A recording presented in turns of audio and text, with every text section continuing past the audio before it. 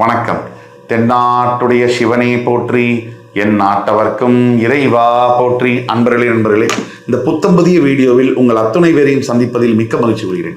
இன்னைக்கு நம்ம பார்க்க போகிறது குரு பகவானுடைய அதிசார பயிற்சி பலன்கள் 2025 சிம்ம ராசி. சிம்மம் பேரை சொன்னாலே சும்மா அதிருது இல்லை, அது உண்மை, பொய் இல்லை. சிம்மத்தில் பிறக்கிறதுக்கு கண்டிப்பா நீங்க பூர்வ புண்ணியம் பண்ணிருக்கணும். காரணம், சிம்மமே காலபுருஷனுடைய 5ஆம் வீடு, பூர்வ புண்ணிய ஸ்தானம். சிம்மம் மகம், பூரம், உத்திரம் 3 நட்சத்திரங்கள். கேது, சுக்கிரன், சூரியன். சூரியனுடைய வீட்டில் கேது, சுக்கிரன், சூரியனுடைய நட்சத்திரங்கள். சிம்மம் அசைக்க முடியாத தன்னம்பிக்கை. சிம்மம் அறிவாற்றல். சிம்மம் யாருமே செய்ய முடியாது, இவங்க செய்து முடிப்பாங்க. சிம்மம் பயம் தெரியாது. சிம்மம் பாசத்திற்கு கட்டுப்பட்டவர்கள். சிம்மம் உண்மையான காதல், உண்மையான அன்பு, உண்மையான பாசம். சிம்மம் நடந்தால் சிலிர்க்கும், நன்மையே நடக்கும். குரு பகவானுடைய அதிசார பயிற்சி பலன்கள் 2025 சரியா அக்டோபர் 18 டிசம்பர் 3 குரு பகவான் மிதுனத்திலிருந்து கடகத்துக்கு பெயர்றார். அதிசார பயிற்சி. இந்த 50 நாள் குரு பகவான் சிம்ம ராசிக்கு என்ன செய்வார் அதை பத்தி பார்க்கலாம் வாங்க. சிம்மம் யார் எதை கேட்டாலும் கொஞ்சம் கூட யோசிக்காம தர்மம் செய்யக்கூடிய அந்த ஆத்மா சிம்மம். எதுக்கும் கவலைப்படுறதில்ல, நல்லா வாழ்ந்தாலும் கவலைப்படுறதில்ல, கீழே போனாலும் கவலைப்படுறதில்ல. எல்லாம் என்ன வேணா ஆயிட்டு போகுது, நான் அப்படிதான் இருப்பேன், என்னுடைய கொள்கையில நான் அப்படிதான் இருப்பேன், நான் விட மாட்டேன் அப்படின்னு சொல்றது சிம்மம். ஒருத்தரை பிடிக்கலைன்னா உச்சக்கட்டத்துக்கு வெறுக்கிறதும் சிம்மம் தான். ஒருத்தருக்கு பிடிச்சிருக்குன்னா உச்சக்கட்டத்துக்கு அவங்கள அன்பு காமிக்கிறதும் சிம்மம் தான். சில சமயங்கள் அது ஒரே நபராக கூட இருக்கலாம். சிம்மம் குரு பகவான் இப்போ வரைக்கும் லாபஸ்தானத்துல மிதுன ராசியிலிருந்து 12ங்கிற விரயஸ்தானத்துக்கு வரார். குரு பகவான் எப்பவுமே இருக்கிற இடத்தை விட அவர் பார்க்கின்ற பார்வைக்கு தான் பலம் அதிகம். குரு பகவானுடைய அதிசார பயிற்சி 12ஆம் வீட்டில் சிம்மத்துக்கு வருது. என்னதான் அது 12ஆம் வீடு விரயஸ்தானம்னு இருந்தாலும் அது சந்திரனுடைய வீடு. சூரிய சந்திரன் எப்பவுமே நட்பு கிரகங்களே. சந்திரன் யாரையுமே விரோதியாக பாவிப்பது இல்லை. அப்ப விரயஸ்தானமாக இருந்தாலும் குரு அங்க வர்றதுனால கணவன் மனைவி இடையே அதிசார பயிற்சிங்கிறதுனால தாம்பத்திய உறவுகளில் மிகப்பெரிய அளவில் முன்னேற்றங்கள் இருக்கும். அண்டர்ஸ்டாண்டிங்னு சொல்லுவாங்க, புரிதல்னு சொல்லுவாங்க. இவங்க மாதிரி ஒரு அடிச்சுக்க முடியாது அப்படிங்கிற கணவன் மனைவிகளில் கூட இப்போ சிம்மத்தில் இருக்காங்க கணவனோ மனைவி அப்படின்னா பொண்டாட்டியுடைய புருஷனுடைய மறுபடியும் ஒத்துமையாக வாழக்கூடிய நிலைமைகள் ஏற்படும். இந்த அதிசார பயிற்சி சாதாரண பயிற்சி அல்ல சிம்மத்துக்கு. இது வாழ்க்கையை, சிம்மத்துடைய வாழ்க்கையை விளக்கி எடுக்கக்கூடிய ஒரு பயிற்சி. விளக்கினா நல்ல விதத்தில். அதாவது சிம்மம் அதிசார பயிற்சியாக வரக்கூடிய 12ஆம் இடத்துல நிறைய எனக்கு ஆன்சைட் ஆஃபரு, எனக்கு அந்த இது வெளிநாடு இங்கே போகணும், எக்ஸாம் எழுதுனேன், ஜிமேட் எழுதுனேன், ஐஎல்ஸ் எழுதுனேன் அப்படின்லாம் சொன்னாலும் அது எதுவுமே நடக்கலை பல வருஷமா.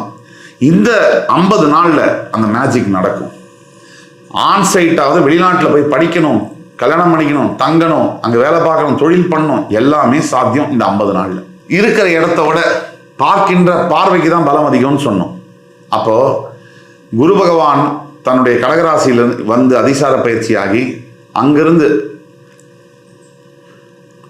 சிம்மத்துடைய 4ஆம் வீடு சொல்லக்கூடிய விருச்சிகம், சிம்மத்துடைய 6ஆம் வீடு சொல்லக்கூடிய மகரம், சிம்மத்துடைய 8ஆம் வீடு சொல்லக்கூடிய மீனம், 4, 6, 8 இந்த இடங்களை பார்க்கிறார்.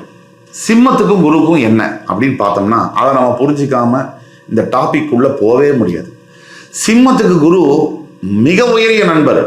சூரியனுக்கு குரு மிக அதிநட்பு கிரகம். சிம்மத்துக்கு 5ஆம் இடத்துக்கு அதிபதி, பூர்வ புண்ணியாதிபதி குரு, தனுசுக்கு அதிபதி. சிம்மத்துக்கும் தனுசுக்கும் அதனாலதான் ரொம்ப ஒத்து போகும். நிறைய சண்டை வரும், பிரிய மட்டும் முடியாது. சிம்மத்துக்கும் தனுசுக்கும் ரொம்ப ஒத்து போறதுக்கு காரணம் இதுதான். அது நண்பனா இருக்கட்டும், கணவனா இருக்கட்டும், மனைவியா இருக்கட்டும், காதலியா இருக்கட்டும், எதுவாக இருக்கட்டும். இந்த சிம்மத்தை பொறுத்த வரைக்கும் நிறைய ஸ்பெஷல் குவாலிட்டிஸ் இருக்கு. அதை தான் நான் சொன்னேன். ஒரு கட்டத்துக்கு மேல, ஒரு புள்ளிக்கு மேல இவங்களோட நேர்மை மற்றவங்களுக்கு புரியாது. ஆனா நேர்மையா இருந்துகிட்டே இருப்பாங்க. ஒரு ஸ்டேஜுக்கு மேல இவங்களோட ஆப்சன்ஸ்ல தான் மற்றவங்களுக்கு இவங்க யாருங்கிற வேல்யூ தெரியும். எல்லாத்தையும் தோளில் இழுத்துட்டு போட்டு செய்யறவங்க, மற்றவங்களுக்காக எதையும் செய்ய தயங்காதவங்க. இவங்களோட உண்மையான வேல்யூ, உங்களோட உண்மையான வேல்யூ உங்க சுத்தி இருக்கிறவங்களுக்கு நீங்க இல்லாத போதுதான் தெரியும். அதுக்காக நீங்க எதுவும் தவறானதெல்லாம் நடத்துறாதீங்க. சிம்மத்தை பொறுத்த வரைக்கும் உங்களுக்கு தன்னம்பிக்கைக்கு நீங்க தான் பேரு. மற்ற ராசிக்கே நீங்க தான் எடுத்து சொல்லணும். எவ்வளவு பிரச்சனை வந்தாலும் எப்படி வாழ்றதுங்கிற தத்துவத்தை நீங்க தான் எடுத்து சொல்லணும். அப்படிப்பட்ட நீங்க உங்களோட 4ஆம் இடத்தை குரு பார்க்கும் போது இவ்வளவு வருஷமா சொத்து தகராறு, கோர்ட்ல கேஸ் நடக்குது, அது தீர்ந்து சொத்து உங்க பக்கம் வரும். வீடு வாசல் வாங்கணும், எனக்கு வண்டி வாங்கணும், வாகனம் வாங்கணும், உங்களுக்கு அதெல்லாம் நடக்கும். எனக்கு தாயாருடைய உடல் நலத்தில் மிகப்பெரிய அளவில் முன்னேற்றங்கள்.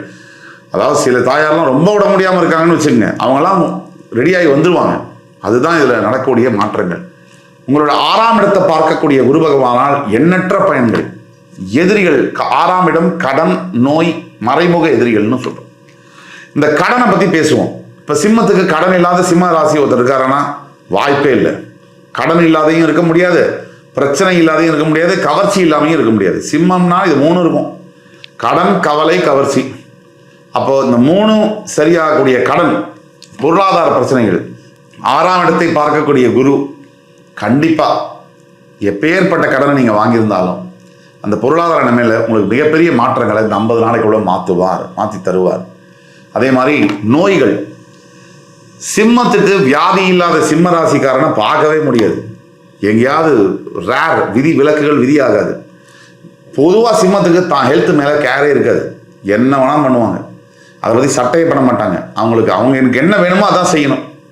அந்த சிம்மராசிக்கு இப்போ ஹெல்த் மேலே கேர் இல்லாதனால அந்த ஹெல்த் ப்ராப்ளம்லாம் வந்திருக்கு. அந்த ஹெல்த் ப்ராப்ளமில் மிகப்பெரிய அளவில் முன்னேற்றங்கள், இம்ப்ரூவ்மெண்ட்ஸு. முன்னாடி ஊசி போட்டால் தான் சரியாகுங்கிறது மாத்திரை போடுற மாதிரி ஆகிடும். மாத்திரை போட்டால் தான் சரியாகுங்கிறது மாத்திரை போடாமே பரவாயில்ல, கொஞ்ச நாள் பார்ப்போங்கிற நிலைமைக்கு ஆகிடும். இது மாதிரி ஒரு உதாரணத்துக்கு. அதே மாதிரி மறைமுக எதிரிகள். இந்த மறைமுக எதிரிகள்னால் டேஞ்சரஸ்ஸு. நேரில் நெஞ்சில் குத்துறவனா பரவாயில்லன்னு விட்டுட்டு போயிடலாம். பின்னாடி முதுகில் பேனாவால் எழுதுனா கூட அவன் டேஞ்சர்னு அர்த்தம். அப்போது சிம்மராசிக்கு மறைமுக எதிரிகள், நேர்முக எதிரிகளே அதிகம். உங்களுக்கு மறைமுக எதிரிகள் இருக்க மாட்டாங்களா? நீங்கள் எல்லா இடத்துலையும் போய் ஷோ காமிக்கிறீங்க, நான் தான் பெரிய ஆள், எனக்கு இதெல்லாம் தெரியும் அப்படின்னு நினைக்கிறீங்க. இதை அமைதியாக செய்யணும். நீங்கள் என்ன பண்ணுறீங்க? பப்பரை பேனை செஞ்சிடுறீங்க. அப்போ அதை பார்க்குறவனா சும்மா இருப்பானா? பின்னாடி குத்த பார்ப்போம். அந்த அளவில் சிம்மராசி இருக்கக்கூடிய அனைத்து மறைமுக எதிரிகளும் காலில் விழக்கூடிய இந்த நாட்கள் தான் இந்த 50 நாட்கள். அடுத்தபடியாக உங்களுடைய 8ஆம் வீடு. உங்களுடைய 8ஆம் வீட்டை குரு பார்க்குறாருன்னா, அதுவும் உச்சம் பெற்ற குரு பார்க்குறாருன்னா, இதை விட என்ன சார் நன்மை வேணும்? விபரீத ராஜயோக நன்மை. இந்த 8ஆம் இடம்ங்கிறது சாதாரண விஷயம் இல்லை. எல்லா விதமான தோஷங்களையும் போக்கக்கூடிய குரு பார்வை 8ஆம் இடத்து மேலே விழுது. உங்களுக்கு இது நாள் வரை, இந்த ஆண்டுகள் வரை எத்தனை கஷ்டங்கள் இருந்திருக்கலாம், இந்த 8 மேலே குரு பார்வையை விழுந்த உடனே அத்தனை கஷ்டங்களும் மாயமாக மறையும். 12ல் இருக்கக்கூடிய குரு 8ல் பார்க்குறாருனாலே உங்களுடைய கஷ்டங்கள்லாம் போயாச்சுன்னு அர்த்தம். இதில் இன்னொரு சூட்சமும் இருக்குது. குரு பகவான் அந்த இடத்துக்கே அதிபதி, அவர் மீனத்துக்கே அதிபதி, அந்த இடத்தையே அவர் பார்க்குறாரு. அதனால உங்களுக்கு ராஜயோகம் அக்டோபர் 18 டிசம்பர் 3 வர்றது நிச்சயம் தான். ராஜயோகம்னே சில பேர் யோசிப்பாங்க, எனக்கு 500 கோடி வந்துடும். அது இல்லை ராஜயோகம். பிரச்சனைகள் தீர்ந்து நல்ல வழி பிறக்கும், அதுதான் ராஜயோகம்.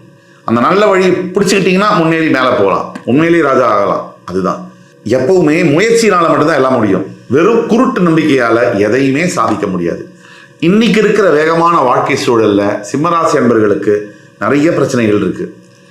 எது மேலேயும் அளவுக்கு அதிகமாக ஒரு அட்டாச்மெண்ட், எது மேலேயும் அளவுக்கு அதிகமாக ஒரு ஈர்ப்பு, அன்பு, இதெல்லாம் வச்சிங்கன்னா பாதிக்கப்பட போகிறது நீங்கள் தான், யாருமே கிடையாது.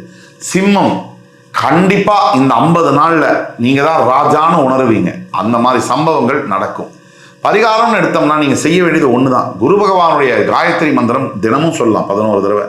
இன்னொரு தடவை ஆபத் சகாயேஸ்வரர்னு கும்பகோணம் பக்கத்தில் இருக்கக்கூடிய குரு ஸ்தலத்துக்கு போயிட்டு வரலாம். அது புதன்கிழமை ராத்திரி தங்கி வியாழக்கிழமை அவருக்கு அபிஷேகம் பண்ணி அவருக்கு மஞ்சள் நிறத்தில் ஆடை செலுத்தி வருவது ரொம்ப நல்லது. போக முடியாதவங்க உங்கள் வீட்டுக்கு பக்கத்தில் இருக்கக்கூடிய கோவிலில் போய் அபிஷேகம் செய்து அந்த நவகிரகத்தில் இருக்கக்கூடிய குரு பகவானை வேண்டி பிரார்த்தனை பண்ணிட்டு இந்த காயத்ரி மந்திரத்தை சொல்லும் போது எல்லா குறைகளும் அகலும். எந்தவித பயமும் தேவையில்லை. சிம்மம் ஜெயித்தே தீரும். இந்த எபிசோடு உங்களுக்கு பிடிச்சிருக்கும். அதுக்கு முன்னாடி என்னன்னா, இது பொது பலன்கள். உங்கள் ஜாதகத்தில் தனிப்பட்ட உங்கள் ஜாதகத்தில் ஏதாவது பிரச்சனைகள் இருக்குன்னா அதை உங்கள் ஜாதகம் பார்த்தா தான் தெரியும். உங்கள் ஜாதகத்தில் நீங்கள் ஏதாவது ப்ராப்ளம் இருக்குது, உங்கள் வாழ்க்கையில் சில பிரச்சனைகள், குடும்ப பிரச்சனைகள் இருக்குது, இல்லை கல்யாணத்தில் பிரச்சனை இருக்குது, காதல் பிரச்சனை இருக்குது, வேலை தொழிலில் பிரச்சனை இருக்குன்னா கீழே கொடுக்குள்ள வாட்ஸ்அப் நம்பரில் சிம்மராசி நண்பர்கள் எங்களை தொடர்பு கொள்ளும் போது உங்களுக்கான பலனை நானே பார்த்து ஆன்லைன் அப்பாயின்மெண்ட் கொடுத்து துல்லியமான தீர்வை நானே பார்த்து சொல்லுவேன். நம்பிக்கையோடு வாங்க. நாளை நமதே. இந்த எபிசோடு உங்களுக்கு பிடிச்சிருக்கும்னு நம்புகிறேன். மறுபடி வேறொரு சந்தர்ப்பத்தில் உங்களை எல்லாம் சந்திக்கும் வரை உங்களிடம் விடைபெறுவது உங்கள் சுபாஷ் பாலகிருஷ்ணன். நன்றி, வணக்கம், வாழ்க வளமுடன்.